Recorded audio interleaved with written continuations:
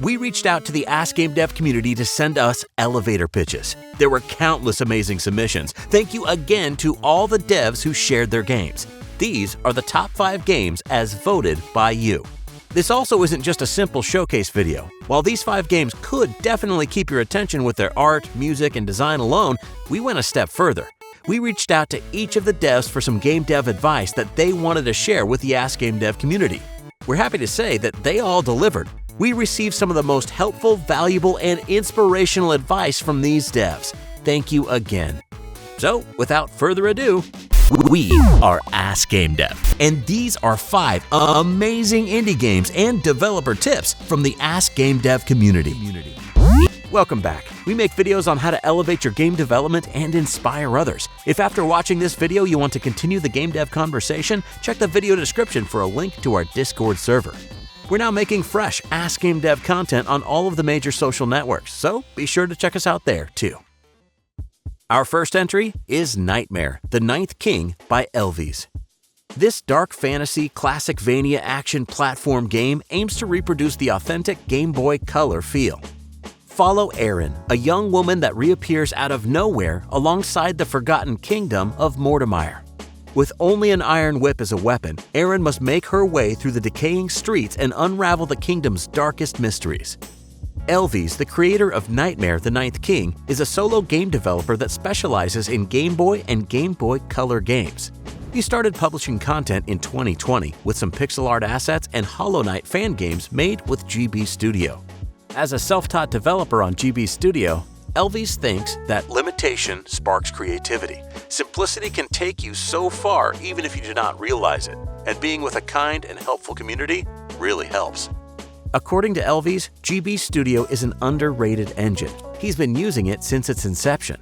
GB Studio is a free drag-and-drop Game Boy/Game Boy Color game builder. This means there's no programming knowledge required to make real Game Boy ROMs in minutes.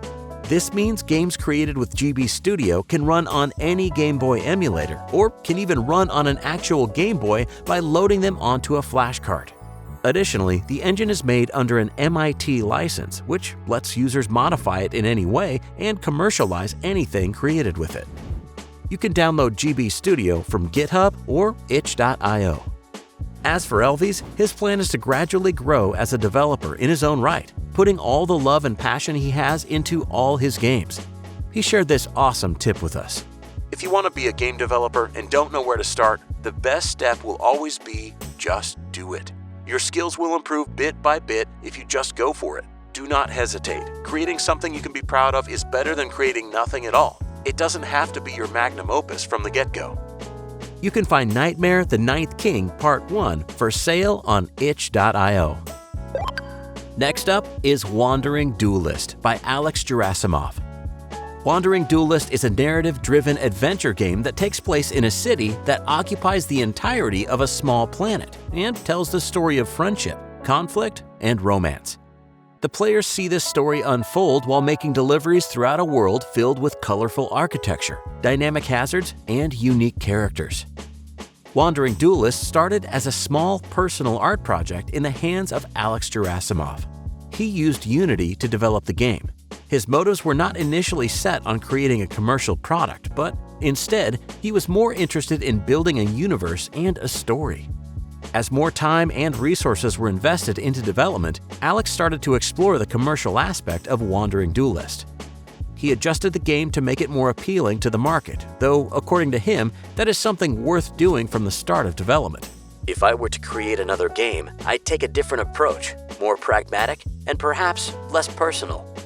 Alex also shared with us some advice regarding his experience as a solo dev creating and releasing his first title. As a solo developer, from time to time, I struggled with burnout and lack of motivation. This would halt my progress and raise doubts about the project's future. However, after relaxing my mind, reducing the significance of the game in my life, and concentrating on other things, the game would get back on track. My humble advice to new game developers, especially those working solo, is don't make your game the biggest priority. Do not build high expectations, and do not put all your time and thoughts into your project. Not because your project is not worth it, but because it's easier to deal with challenges that do not have overinflated importance. high significance and expectations will make challenges harder to face, and it's more likely that the added frustration and emotional exhaustion burn you out. Approach your game lightheartedly and with some level of humor if things don't go as expected. Wandering Duelist launched in November 2022. You can check it out now on Steam. Our third game is Shinobi Moto by Big Hitter Games. Destroy enemies and collect orbs in this fast-paced endless runner inspired by retro classics like Ninja Gaiden and a modern synthwave aesthetic. Shinobi Moto was developed in July 2022 by Tristan Blue and Darren Buckley during a 2-week game jam called 3-Button Jam, hosted by 8bits to Infinity on itch.io. Tristan Blue wrote to us about his experience starting out as a game dev, and according to him, 20 years ago while attending college, making games seemed like an idea too far out of reach. Now, he's a stay-at-home dad watching after his toddler and learning game dev in his free time. He attributes his learning to 3 main sources: YouTube, a place filled with tutorials and inspiration; Discord, the perfect place to share knowledge and hang out virtually with other devs; and itch.io, an enormous library of games and prototypes to brainstorm ideas and be up to date of what devs are interested in right now. Tristan Blue uses GameMaker to build his games, with Shinobi Moto being his third game on itch.io. According to him, it's the most versatile engine for his needs and tastes. It's more about what you as a developer, artist, are comfortable using. I was born in the 80s and loved the retro style. 2D pixel art is my genre. I appreciate building sprites in GameMaker's art editor because it streamlines animation.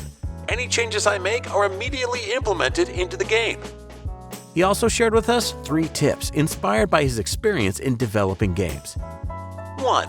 Be honest about your skills and seek out others who can help fill the gaps. I know that my strengths are art, game design, and music. I struggle with programming, so I'm always looking for people to help me build the games that I'm designing. If you try to take on all of it, it can be really overwhelming. 2. Join game jams, but don't worry about the results. One thing I really appreciate about jams is the time frame.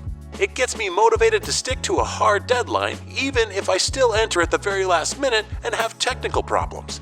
It's stressful, but it's good practice to see what you can do in a particular amount of time. And 3. Stay confident in your vision. Not all games are meant for all people. Recognize the audience and aesthetic that you're aiming for and keep that focus. You'll end up creating a cohesive game that is satisfying to play because it is unified. You can download Shinobi Moto for free from itch.io, where it is published under a pay-what-you-want model. We'll be sure to leave a link in the description below.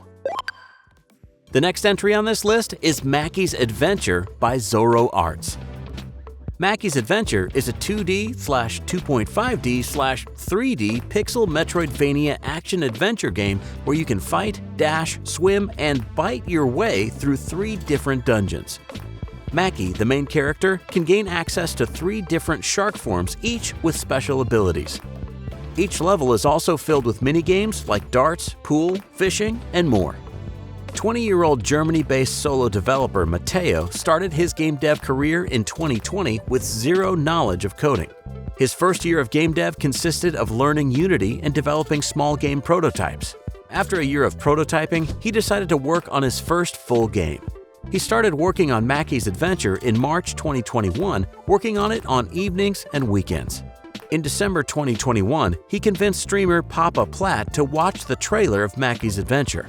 There was a very positive reaction amongst the 8,000 Twitch viewers that were tuned in. Matteo captured this and reposted it on TikTok afterwards.